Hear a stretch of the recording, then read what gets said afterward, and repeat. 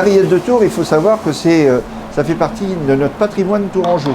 Et bien sûr, le procédé rillette a été inventé à Tours. On faisait cuire des fèves dans de la graisse de porc.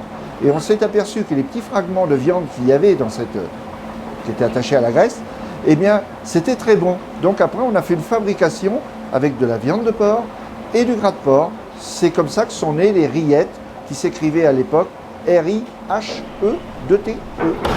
Après, dans les années 90, on a des charcutiers qui, eux, souhaitaient mettre en avant ce fameux patrimoine gastronomique.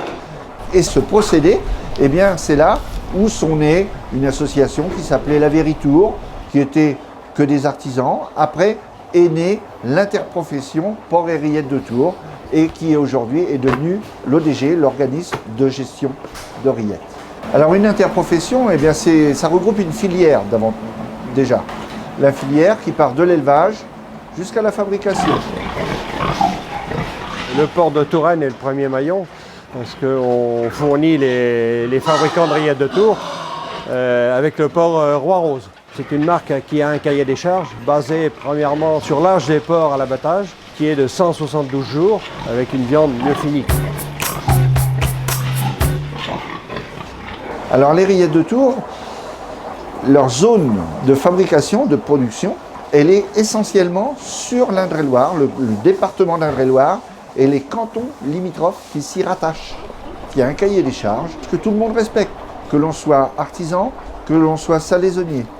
On a le même cahier des charges pour la fabrication.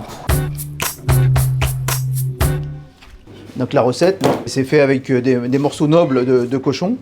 Donc exclusivement, nous on utilise jambon et puis épaule.